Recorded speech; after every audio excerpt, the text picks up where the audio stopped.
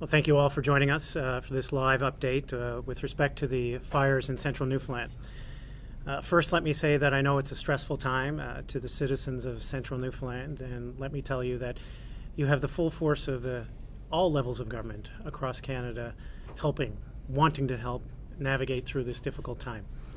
We thought it was appropriate at this point to give an update, given the dynamic, changing situation of the fires and of your personal situations, perhaps.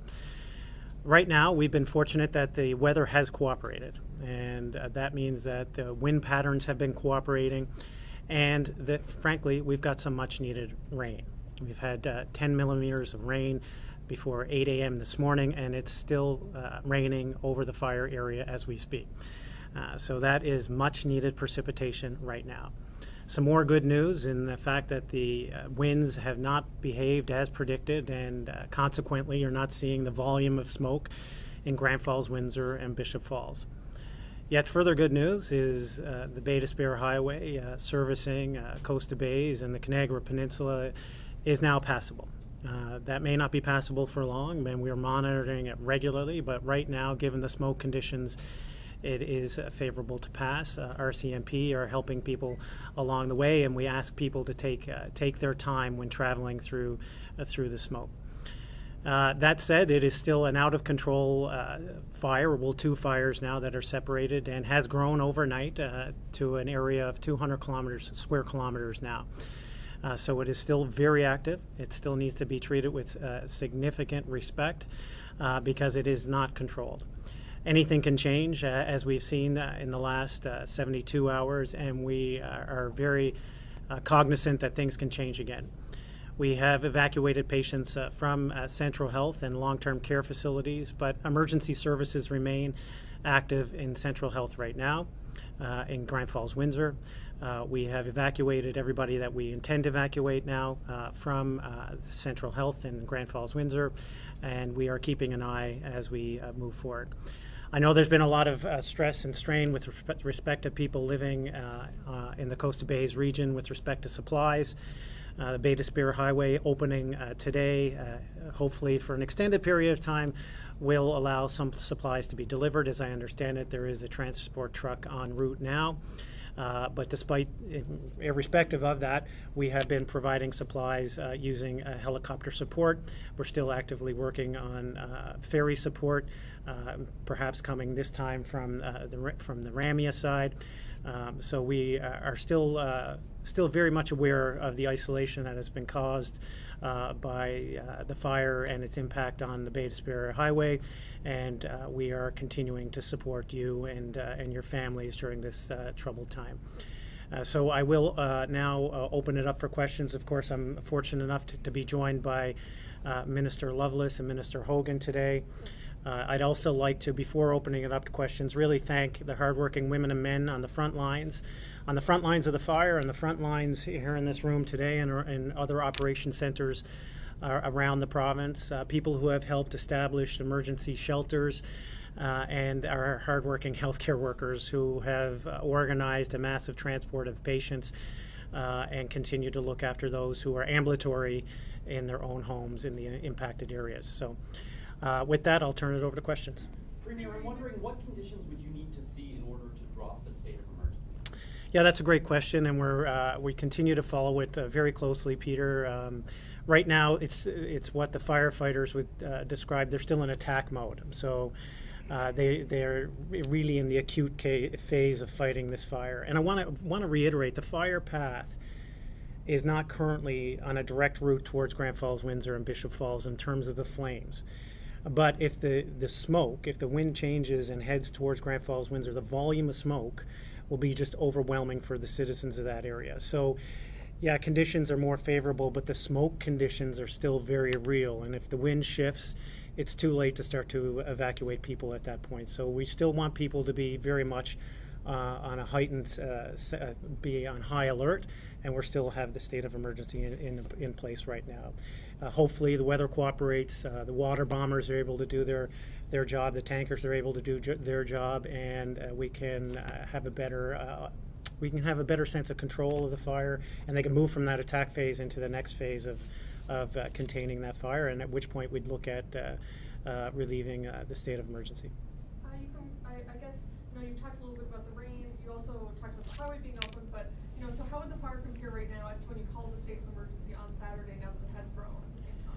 Yeah, sure. So it's grown significantly, right? When we did the update on Sunday, it was 100 square kilometers. Now it's 200 square kilometers. So it is not contained. It is not under control. It is still an active fire. And despite the fire, despite the rain from early this morning, last night into today, there's still active fires burning significantly.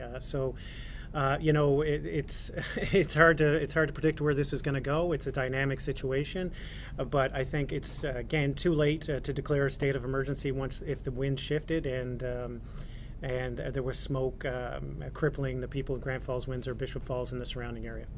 Are there any restrictions on the reopening of the highway? Will it be closing at some time, or is it open 24/7? At this point, it's we're playing it hour by hour. Really, there are crews on either side of the closed area, and we are just taking it hour by hour to see how the conditions change. You can imagine the wind can change in a second. So if I give you an answer now and the wind changes, then it'll look like we were wrong. That's not true. We're playing it we're playing it as we should be playing it, very responsibly. And in doing so, that doesn't give the answers, the long-term answers often that people want, but it's the only answer we can provide now, is that we're monitoring the situation very closely, and it is open currently, but I can't give any definitive timelines of how long that will remain open. Premier, you mentioned there that the fire sort of isn't headed towards Grand Falls, Windsor, that smoke is the concern. Does that mean that evacuation from a fire concern isn't there anymore? It's only smoke that you're worried about? So it was always smoke that we were worried about. We were putting up fire breaks around the perimeter of Grand Falls, Windsor, and Bishop Falls should the path of the fire change. Because it's not in the direct path today doesn't mean it won't be tomorrow. What we all saw on Saturday was an incredible volume of smoke. It's hard to describe how much smoke can be created in a 100 square kilometer fire. That was only 20 to 25 kilometers away from Grand Falls, Windsor, and Bishop Falls. That volume of smoke would cripple and potentially harm people within that community. That's why we had to make that call when we did. The path of the fire, if you will, how it's traveling from a fuel perspective, from a burn perspective, does not appear to be en route to Grand Falls, Windsor, but the smoke is just so close. I mean, I was in Gander at Command Center, and I'm sure many people in central Newfoundland have experienced the impacts of smoke, and Gander was 40 miles away from the edge of the fire. We were still seeing the impact of the smoke in the sky, and you could actually smell it and taste it. People I understand here in St. John's this weekend could smell it.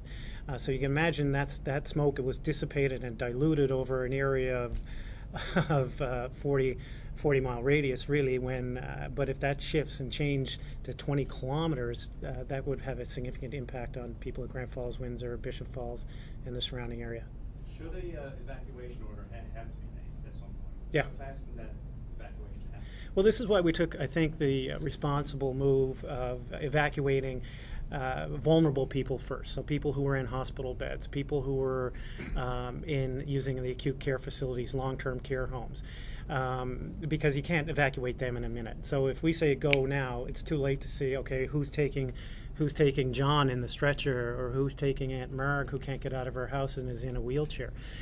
So this is why we wanted to do this in an orderly fashion. So if we do have to evacuate these communities, number one, the vulnerable people with ambulatory issues, people with health concerns, have already been evacuated. And number two, people have been on high alert now for a couple of days. So they presumably would have a go bag ready and some valuables ready to go if needed.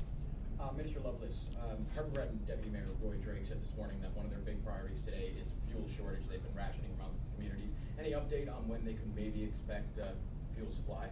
Yeah, well, thank you for the opportunity. And I've been in constant contact with the Deputy Mayor and the Mayor and all mayors down there. Now that the Base Bear Highway is open, they're aware of that, so that's in the plans right now in terms of the highway, and we're constantly working on that. And but that's certainly, if we can say it's a bright spot today, then the opening of the highway is certainly a bright spot in moving not just fuel but food supplies as well. So they're And just before I came here, Mr. Drake also sent me pictures of food supplies that was landed by a chopper, and the volunteers there doing their job, and seeing that happening where supplies is being distributed throughout the Coast of Bays region. It's great to see, and there's a sense of optimism there, but cautiously optimistic in terms of the highway open and other areas as well. And I'd say all the municipalities have been incredibly united and strategic in this front. This is once again shows the spirit of Newfoundland and Labrador coming together as communities to help fight a common goal, or help achieve a common goal. And it's been really something to see, and everybody should take some reassurance that everybody is working on the same page, fully aligned, despite the challenges. And Minister, do you have an update on the ferry that's currently being serviced here in St. John's on when that might be back up and running? Right, Sound of Valais. I don't have a confirmed time, but right now, unfortunately, I mean, the vessel, just so everybody can appreciate it, there was current work done on it. Trial runs were done, and everything was fine. And unfortunately, there was a mechanical breakdown, and that had to be brought into St. John's. Right now, that's being worked on, and right now, it's probably later part of this week that she would be ready to sail. And but you know, parking that, we're looking at other options as well. So it's not just stopped there at that point. We're looking at other options. Whether, as the Premier mentioned, the Gallipoli that services Ramia. That's also an option as well, and we've communicated with the MHA there as well, and all those involved that that's a possibility. And again, as the Premier mentioned, the communities are pulling together and saying yes to this because they realize that other parts of the province need their help, and so everybody got a common goal is to help each other out, and so that's what we're determined to do, whatever we need to do now that the Sound of Valais is there for mechanical repairs. Premier, this weekend there was 15 or 16 fires that the St. John's Regional Fire Department had to go to the St. John's, Mount Pearl, and Paradise area alone that were reported. So, you know, do you have any message for folks about taking the fire ban seriously when there's situations happening in central resources are slim in these areas? Well, yes, please respect the fire ban. I think, as one of us said on the weekend, knock it off if you're considering having open pit fire outside the rules. Please pay attention to the rules. We've just lived through a pandemic where we all had to rally together to support each other, to support our neighbors, our families and friends, and that was a collective response to a biological threat. We need a collective response to this weather threat, to this fire threat.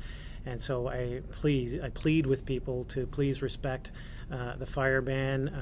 Look, there'll be plenty of time to enjoy a fire and roast some marshmallows when this is all over. But right now, we need you to please be responsible and respect the hardworking women and men in these fire departments who could be deployed elsewhere at a second's notice.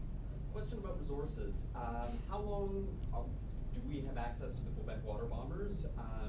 And when it comes to crews on the ground, they haven't been able to get in past days. Has there been any progress in terms of getting them on the ground to help fight the fire there? Yeah, so as I understand it, there was some progress yesterday with respect to a controlled burn crew, for example. Ignition specialists who, you know, were burning off fuel in a proactive measure. Trees forced to prevent the fire from fire to fight fire, as you've heard it before. The water bombers are, as I understand it, active this afternoon, or intending to be active this afternoon, and have done just an incredible job of fighting the different edges. Because you can imagine, Peter, as the wind shifts, the edge of the fire shifts.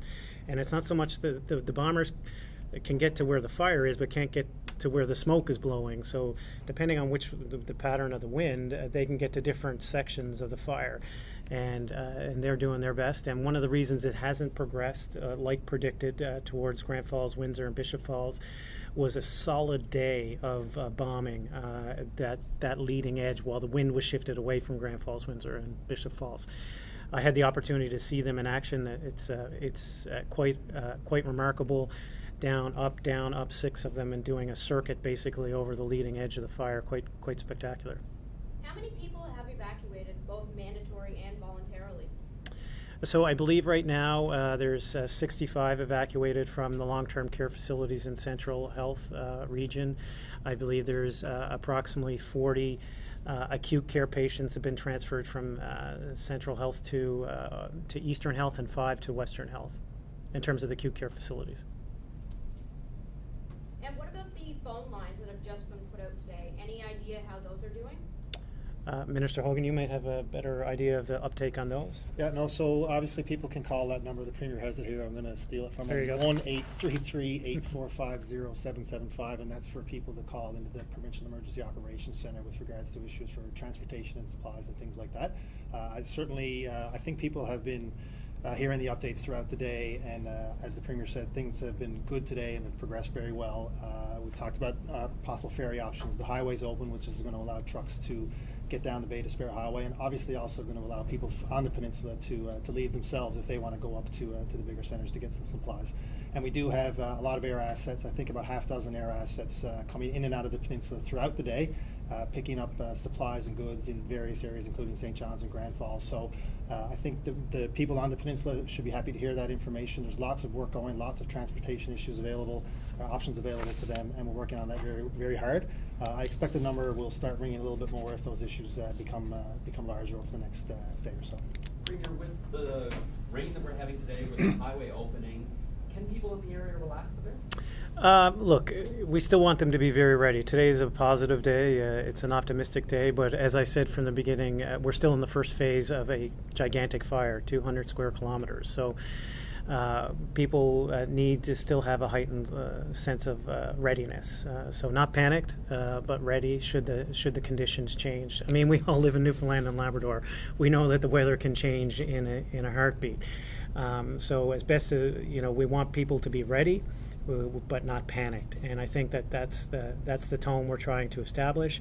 I can understand and appreciate people in Grand Falls, Windsor, and Bishop Falls may look out today and say, well, the air is not that bad here, but the fire is only 25 kilometers away. And if that volume of smoke turns, as we know the winds can change in Newfoundland and Labrador, then we don't want people caught short. So we really want them to be ready. Are there any plans to maybe provide a little extra support for people who are feeling stressed out, maybe a warm line of sorts?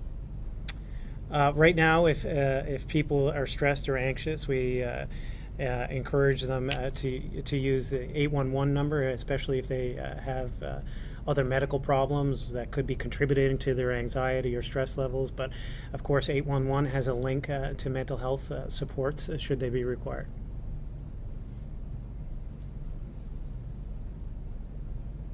Great.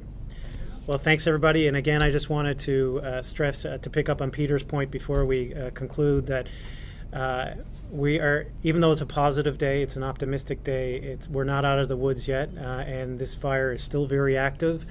So even though you may be feeling a sense of security because you can't see it in your community, please don't be panicked, but be ready should an evacuation be required. Thank you.